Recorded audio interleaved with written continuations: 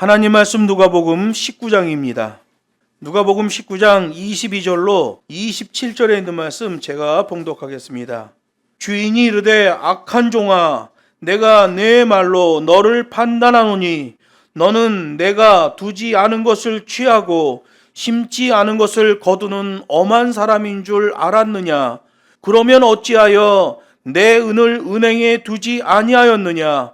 그리하였으면 내가 와서 그 별리까지 찾았으리라 하고 곁에 섰는 자들에게 이르되 그 한 문화를 빼앗아 10문화 있는 자에게 주라 하니 저희가 가로되 주여 저에게 이미 10문화가 있나이다. 주인이 가로되 내가 너희에게 말하노니 무릇 있는 자는 받겠고 없는 자는 그 있는 것도 빼앗기리라. 그리고 나의 왕됨을 원치 아니하던 저 원수들을 이리로 끌어다가 내 앞에서 죽이라 하였느니라. 아멘. 본문 말씀을 가지고 왕이 되어 돌아와 심판하시는 주님이라는 제목으로 6번째 시간 하나님 말씀을 증거하겠습니다. 오늘 본문 말씀에 보면 왕이 되어 돌아온 주인이 장사의 결과만 점검한 게 아니라 장사한 전 과정을 다 점검하시겠다고 말씀하셨습니다. 이것은 종말론적인 말씀이에요.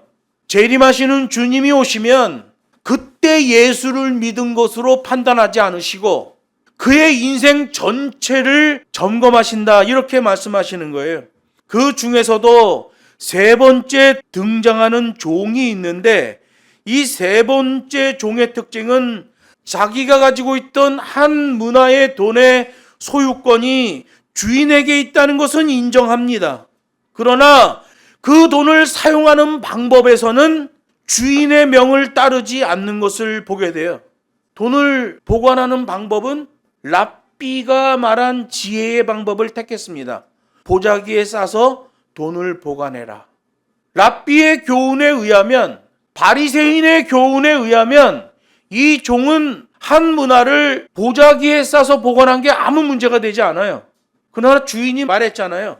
너 이 돈을 가지고 장사하라. 점유해 나가라. 끝까지 충성해서 많은 결과를 내어라. 이렇게 말씀하셨단 말이에요. 이 세 번째 종이 왜 그렇게 보자기에 돈을 쌓아놨는지 이유를 들어보면 자기 변명과 합리화로 가득합니다. 감성주의적 판단을 하는 거죠. 여러분, 우리 기독교는 사명에 대하여는, 주님이 맡기신 일에 대하여는 비교급 없는 최대치예요. 내 생각으로 이만하면 됐다고 생각하면 안 된단 말이에요. 그러면 주인에 대하여 오해하고 주인의 명령을 자의적으로 해석하는 사람이 되는 거예요.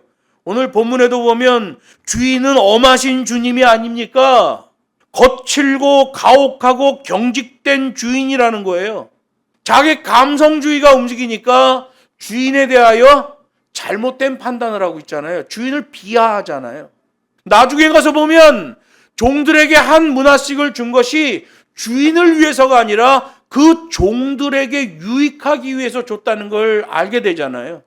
그런데 주인에 대한 지식을 잘못 실천함으로써 이 세 번째 종은 아주 심각한 문제에 빠지게 되는 거예요. 마치 주인을 고리대금업자인 것처럼도 말해요. 투자 이상의 것을 얻으려고 하십니까? 또 주인을 악질적인 지주처럼 얘기하기도 해요. 심지도 않고 거두려고 합니까? 이렇게 얘기하는 거예요. 이 종의 머릿속에는 그게 들어있는 거죠. 내가 땀 흘려 일해봤자 모든 이익이 다 주인에게 돌아갈 뿐이다. 그래서 자기 감성주의가 움직이면 섞여버리는 거예요. 착하고 부지런한 종이어야 되는데 착한데 게으른 종이 돼버리는 거죠. 부지런한데 악한 종이 돼버리는 거예요. 섞여버리면 아주 큰 문제가 나는 겁니다. 여러분, 이 시대에도 수많은 교회들이 있고 사역자들이 있지만 이 얄팍한 이해타산에 빠져서 방향성이 흐트러진 사람들이 얼마나 많아요. 그런 교회가 얼마나 많아요. 섞여버렸어요. 하나님을 믿는다고 하는데 교회를 운영하는 방식을 보면 처세술이에요. 이 황당해지는 거죠. 바리새파 유대 종교 지도자들이 그랬잖아요. 하나님에 대해서는 잘 알고 있지만 분부하신 대로 순종하진 않아요. 순종하는 부분에서는 자기네가 만든 장로의 유전을 따라간단 말이에요. 하나님을 믿었으면 하나님의 계명을 따라가야 되잖아요. 하나님을 믿었는데 장로의 유전을 따라가는 거예요. 이 시대도 마찬가지예요. 수많은 교회와 사역자들이 하나님을 믿고 성경에서 말하는 바를 따라가야 되는데 양키들이 만든 신학을 따라가는 경향이 있습니다. 선교지에 와서 뭐 좀 가르친다는 사람들 보면 성경을 깊이 연구하고 와서 가르치는 게 아니라 양키 신학을 말하고 간단 말이에요. 이게 참 답답한 일이죠. 양키 신학을 말해놓으면 쌈질이 납니다. 여러분 선교지에서 봤잖아요. 신학만 가르쳐 놓으면 쌈질을 해요. 우리나라에서도 보잖아요. 교파가 그냥 막 다 갈려버리잖아요. 양키 신학 갖고 네가 맞니 내가 맞니 맨날 쌈질하고 교단이 나뉘어지고 생난리가 나는 겁니다. 하나님의 말씀으로 하면 나눠질 리가 없죠. 양키 신학으로 하면 전부 4분 5열이 돼버리는 거예요. 여기 22절로 27절에 있는 말씀 보면 주인의 판단이 어떻고 주인이 내리는 심판이 어떤지를 말하고 있습니다. 여기 22절로 23절에 보면 주인에 대한 오해 때문에 나와지는 화를 입는 종에 대한 이야기가 나와요. 여기 22절에 악한 종아 라고 할 때 이 악하다는 말 포네레라는 말은 이 본문에서는 상처를 내고 병들게 한다는 거예요. 악마적인 이라는 뜻을 갖고 있어요. 왜 그러냐면 섞여 있다는 거예요. 양다리를 걸치고 있다는 거예요. 하나님의 백성이면 하나님의 말씀대로 행해야 되는데 하나님의 백성이라고 해놓고 실제 행하는 거 보면 사단의 자식으로 행하고 있단 말이에요. 섞여 있단 말이에요. 주인에 대한 잘못된 평가를 하고 있는 것 그 자체가 악에 경도되어 상처를 내고 병들게 하는 행위라고 심판하잖아요. 여러분 오늘 본문은 교정계시라고 그랬어요. 종말과 심판과 천국에 대한 교정계시예요. 주인에 대하여 잘못 알고 있는 것, 주인에 대하여 잘못 평가하고 있는 것, 그 자체가 악에 경도된 것이다. 사단에 경도된 것이다. 라고 말씀하고 있잖아요. 하나님에 대한 잘못된 평가, 당시에는 장로의 유전이죠. 그 장로의 유전에 죄악에 오염되어 영적으로 중병에 걸린 상태라고 판단하십니다. 그래서 마태복음에 보면 바리새인과 사두개인들의 누룩을 주의하라 이렇게 말씀하셔요. 마치 그들의 잘못된 신학이 누룩처럼 번져온다는 거예요. 여기 누가복음 19장 22절에 보면 주인이 말합니다. 내가 너의 말로 너를 판단한다 이렇게 말씀하시잖아요. 분부하신 내용대로 실천했느냐 그 행위로 판단하시겠다는 거예요. 아무리 주인을 믿었어도 아무리 주인의 돈을 인정했어도 자세의 믿음이 나와지지 않으면 그에게는 구원이 무효다라고 선포하시는 거예요. 심판의 매뉴얼이죠. 주인이 10명의 종들에게 특별히 선발된 사람들이죠. 그것도 한 문화씩을 다 맡겼어요. 하나님이 하나님의 일꾼으로 선발하시고 목사의 직분을 줬어요. 아무리 하나님을 믿었어도 아무리 하나님을 인정했어도 자세의 믿음이 안 나와지면 그에게 구원은 무효다. 그렇기 때문에 믿음으로 구원 그거 하나만 말하면 함량 미달이고 틀린 것이고 거짓말이 되는 거예요. 본문에도 말하잖아요. 행위로 심판을 받는다. 그의 종이 분명해요. 근데 심판을 받아요. 서양신학이 하나님의 계명에 대하여 가장 악랄하게 해석한 것은 신명기 30장 11절로 14절에 있는 말씀과 요한일서 5장 3절에 있는 말씀이에요.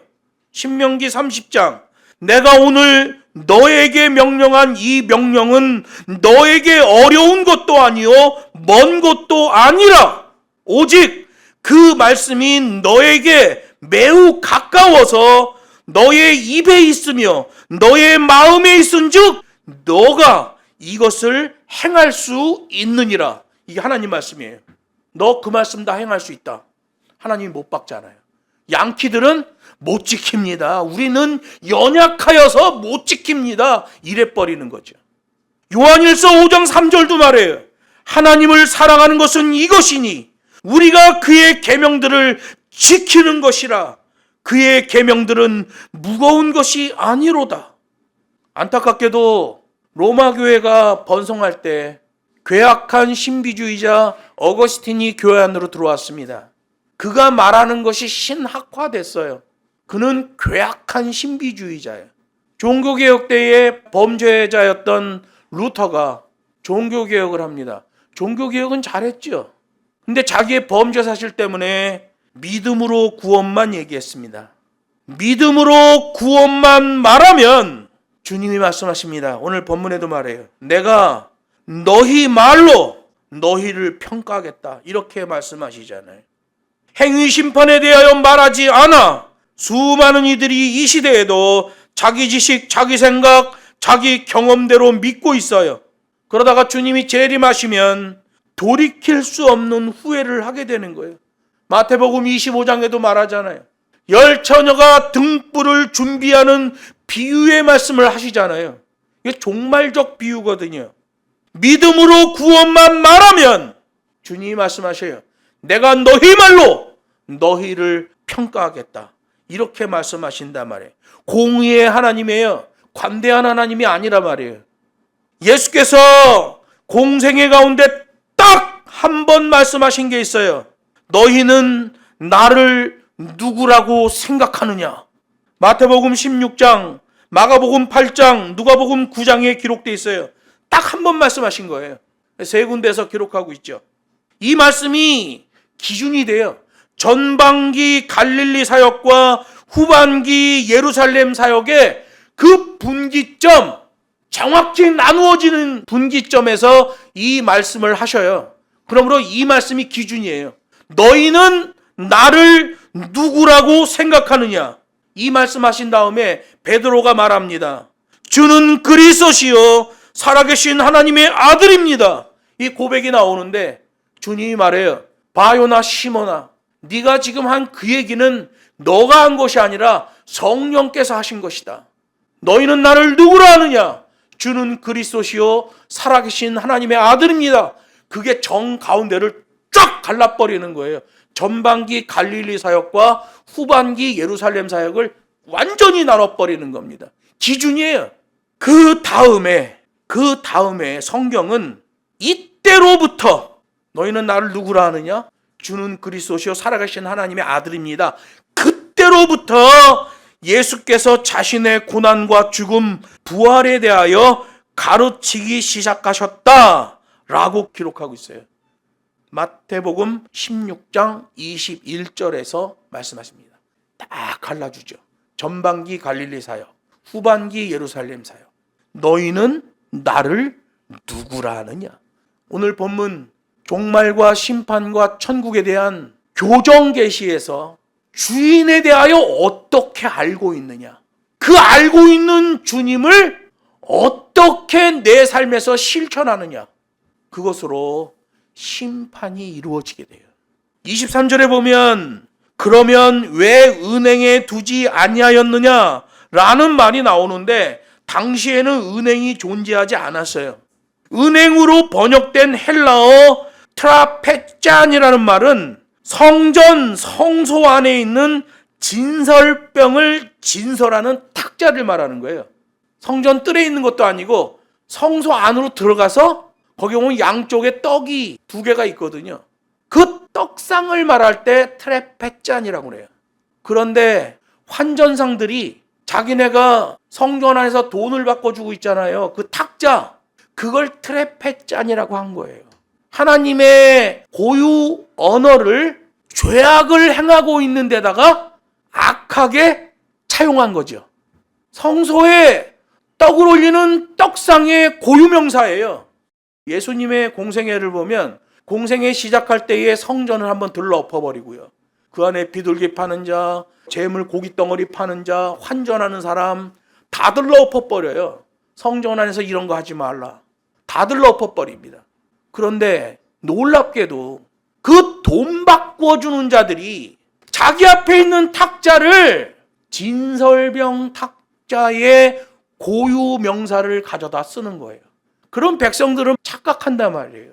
성소 안에는 진설병을 놓는 탁자가 있다고 했는데 그 얘기를 들었고 알고 있는데 성전 안에서 돈 바꿔주는 자가 이게 진설병 탁자요 하고 그 위에서 돈을 교환해 주면 성도들 입장에서는 이 돈이 거룩한 돈이구나. 진설병을 배설하는 탁자가 동일시하잖아요. 트레펫잔. 공생의 당시 성전에서 환전하는 자들이 자신들의 악행을 미화하려고 편취해 사용한 단어가 트레펫잔이에요. 예수님은 성전에서 돈 바꾸는 거 죄악이라고 말씀하셨죠. 여러분, 이 시대에도 가짜 신학에서 나오는 차용 용어들이 있어요.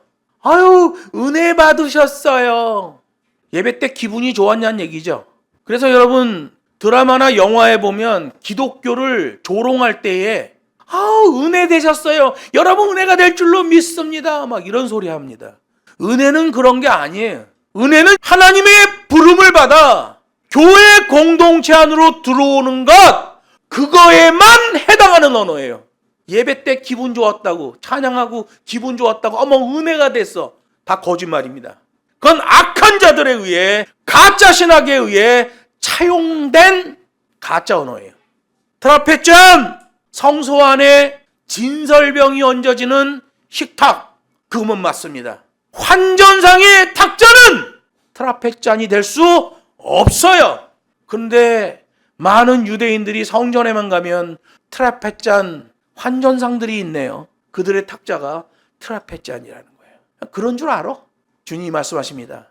내가 내 입에 그 말로 너를 심판하겠다 말씀하시는 거예요. 흔히 교회에서 보면 또 목사들이 앞에 설교하러 나와서 할렐루야 그러죠. 안녕하세요 뭐 이런 말이에요. 할렐루야는 그런 말이 아니죠. 할렐루야 앞에 나오는 할랄은 유대인들이 사용하지 않는 단어예요. 외국어예요. 블레셋 말이란 말이에요. 다곤 신전에서 그 신전 안에서 일하는 창녀들이 다곤 신 앞에서 미친 듯이 춤추며 노래하는 것을 할랄이라고 했어요. 다윗이 사울 왕의 살해 책동에 블레셋으로 도망가고 했어요. 그 블레셋에 도망가서 보니까 다곤 신전에서 그 우상 앞에서 얼마나 열심히 찬양을 하는지 다윗이 생각한 거예요. 다윗은 음악 박사잖아요. 어려서부터 수금을 타는 사람이에요. 시편을 거의 다 다윗이 졌어요. 다윗은 찬양 박사예요. 찬양 박사의 눈으로 이렇게 보니까 야, 천지를 창조하신 하나님이 계신데 이스라엘 백성들은 이렇게 열정적으로 찬양을 하지 않는다. 우상에게도 할랄로 찬양을 하는데 우리 유대인들은 그런 걸 하지 못한다. 그래서 다윗이 그 블레셋 말 할랄을 차용해 오는 거예요. 할렐, 미친 듯이 노래하다. 루, 너는 야, 하나님을. 그래서 너는 하나님을 최선을 다해서 찬양하라 라는 말이 할렐루야예요. 반은 블레셋 언어죠. 오늘 기분이 콰일러해. 중국어가 섞였잖아요. 콰일러, 기분이 좋다는 얘기예요. 우리는 알아듣잖아요. 기분 콰일러야. 우린 다 알아들어요.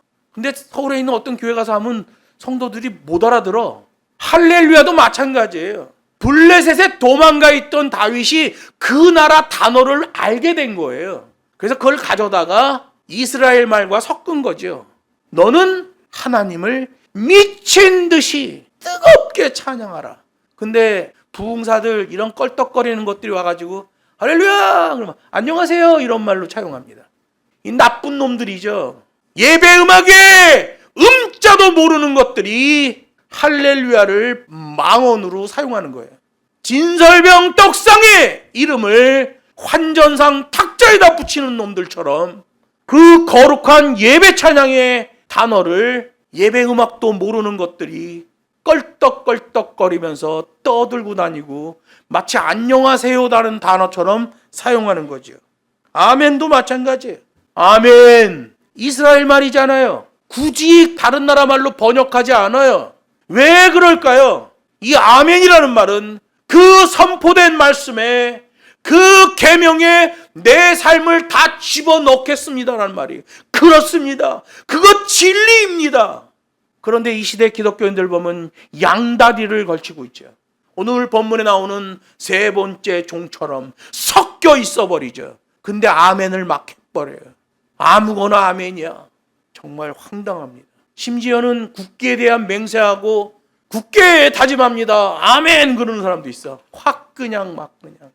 이게 잘못된 양키 신학 때문에 정확한 하나님의 말씀을 모르기 때문에 단어를 잘못 차용하는 경우가 되는 거지요. 하나는 또 뭐 있어요? 성전이라는 말 있죠. 이거 이런 단어 자꾸 얘기하면 오늘 하루 종일 얘기해도 못하는데 너무나 왜곡된 게 많기 때문에 교회를 지으려고 성전 건축원금이라고 합니다. 여러분 성전은 AD 70년에 이미 하나님이 돌 위에 돌 하나 남지 않게 다 헐어버렸어요. 그리고 그 성전이라는 개념을 우리 마음속에 두셨고 우리가 모이는 곳은 예배당인 거예요.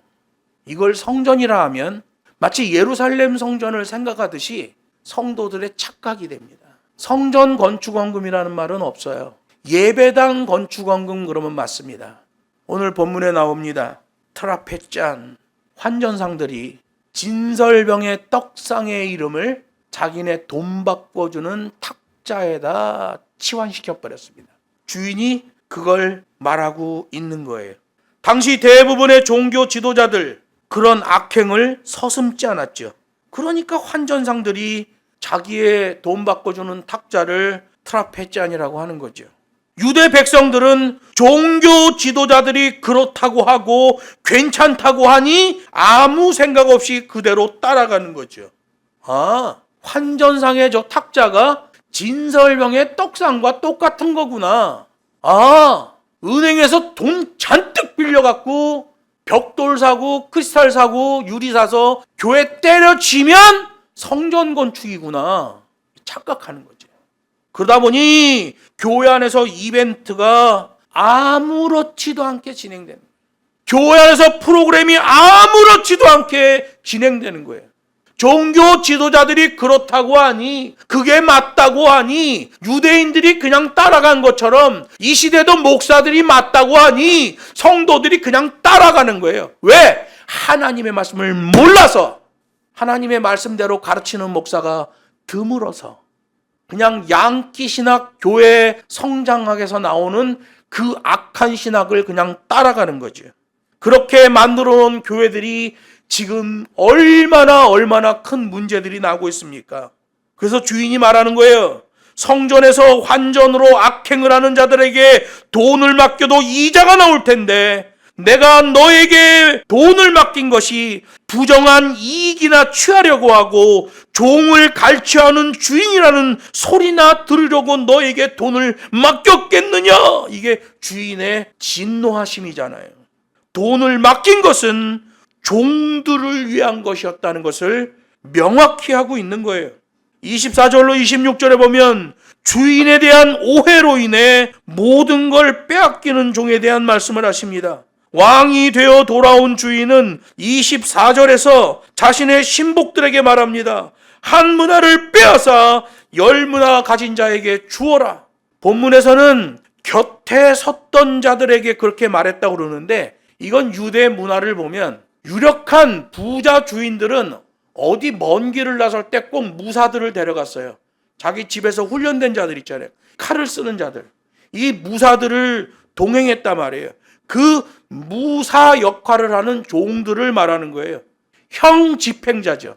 주인이 어떤 어려움에 처했을 때 그들이 지켜주고 그들이 상대방을 진압했을 때 주인이 저놈을 죽여! 그러면 그 형 집행자들이 그 종들이 그 사람들 죽이는 거예요.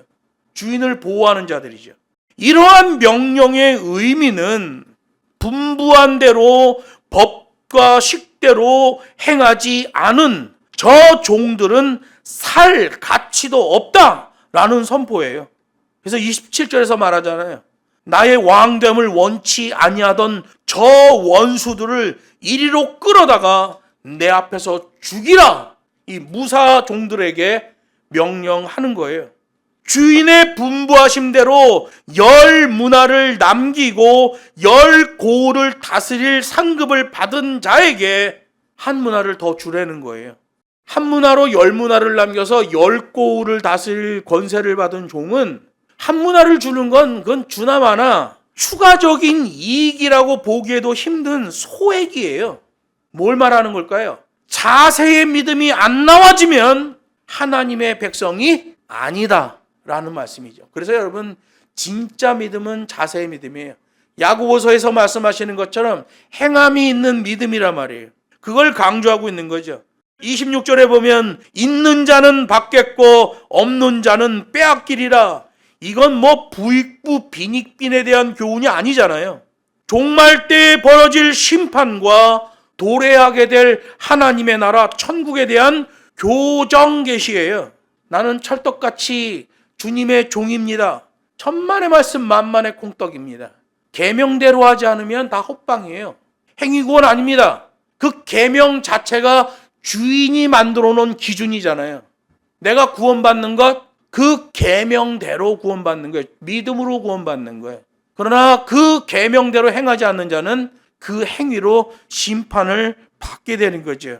하나님께서 우리에게 주신 선물, 구원의 과정을 어떻게 선용했는가? 라는 교훈이죠. 오늘 본문에서는 지식과 돈에 대한 교훈이에요. 주인에 대해 어떻게 알고 있냐? 주인이 맡긴 돈을 어떻게 사용하고 있냐? 이거에 대한 교훈이에요. 장사의 결과만 점검하는 게 아니라 장사한 모든 과정까지 다 점검한다는 거예요. 하나님은 모든 행위와 모든 은밀한 일을 선악간에 심판하실 것이다. 전도서 12장에서 솔로몬이 고백하고 있는 거예요. 여러분, 이 땅에 태어난 우리들에게 주어진 단회성의 삶, 단회성의 삶의 과정의 중요성을 말씀하시는 거예요. 비교급 없는 최대치의 헌신을 요구하고 있는 거예요. 27절에 보면 주인에 대한 오해로 인해 주인과 원수가 되어버리는 종에 대한 말씀을 하는 거예요. 왕위를 받아 돌아온 귀인은 범죄한 종들에게 저 원수들이라고 말해요. 원문을 보면 에크두루스라고 되어 있는데요. 증오까지 나오는 악랄한 종들이란 뜻이에요. 요즘 말로 하면 구타 유발자들이라는 거예요. 내가 종들을 때리기는 싫은데 저것들은 도대체 안 맞으면 안 되는 놈들이구나. 증오가 나오는 악랄한 적이라는 말이에요. 매우 단호하고 분노에 찬 심판을 선포하잖아요. 여러분, 이런 심판은 사형 중에서도 역적에게 내리는 즉형이에요. 즉형. 그의 악함이 발견된 즉시 그 현장에서 목을 잘라버리는 거죠.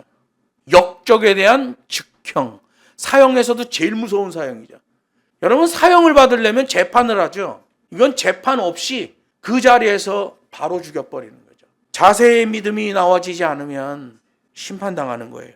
계명대로 하지 않으면, 분부하심대로 하지 않으면 역적으로 심판을 받게 된다.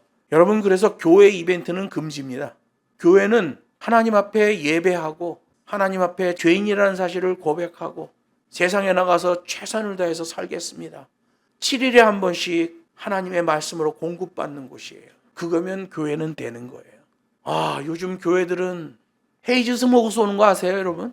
헤이즈 스모그 아세요?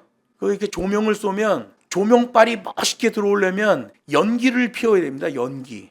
그래서 이런 가수들 무대 보면 양옆에서 연기를 이렇게 분사해 주잖아요. 그러면 조명이 멋있게 나가거든요. 사이키 조명. 효과가 어마어마합니다. 근데 요즘 대부분의 교회들이 사들이고 있는 게 뭐예요? 헤이즈 스모그 기계를 삽니다. 조명빨. 그 조명빨 사이키 조명 아래서 춤추고 노래하고 휴대폰에 후라시켜서 흔들어대고 출애굽기 32장 금송아지 만들어 놓고 먹고 마시고 춤추었더라. 이 교회들이 그렇게 가는 거예요. 헤이즈 스모그까지 들어왔다 그러면 이건 그냥 끝난 거예요. 그거는 악마에게 경도되어 미친 짓을 하는 거죠. 그런데 교회 목사들이 예배 음악학을 몰라요. 헤이즈 스모그가 들어와도 그게 뭘 의미하는지를 몰라요. 그런 상황입니다. 분부하심대로 하지 않으면 역적입니다. 기독교 신학은 기본이 고난의 신학이기 때문에 결코 관대한 신학이 될 수가 없어요. 너의 십자가를 지고 나의 고난에 동참했느냐, 그걸로 판단하셔요. 관대한 신학이 될 수 없죠.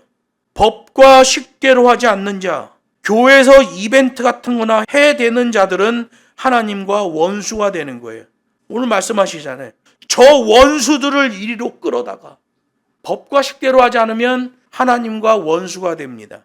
교회론을 말하는 에베소서에도 말합니다. 에베소서 2장 3절, 전에는 우리도 다 그 가운데서 우리 육체의 욕심을 따라 지내며 육체와 마음에 원하는 것을 하여 다른 이들과 같이 본질상 진노의 자녀였다, 이렇게 말해요. 왜 그래요? 육체와 마음에 원하는 대로, 이거 감성주의죠. 감성주의로 하니 본질상 진노의 자녀가 될 수밖에 없었다라는 말이에요. 그러므로 그들을 끌어다가 내 앞에서 죽이라 라는 선포는 보복이나 안갚음을 얘기하는 게 아니에요. 법과 식대로의 믿음이어야만 진짜 믿음이요, 분부하심대로 해야만 구원의 믿음이라는 거예요. 내가 그냥 주님 믿습니다, 난 이제 구원받았어, 그런 구원은 없어요. 주인의 뜻을 제대로 깨달은 자는 주인이 맡긴 작은 일에서도 비교급 없는 최대치의 힘쓰고 애씀이 필요하다는 거예요. 하나님의 백성이라면 믿음으로 구원, 행위로 심판받는 그 사실을 결코 잊어서는 안 돼요. 하나님은 공의의 법으로 심판하시는 분이기 때문에 그래요. 말씀했습니다.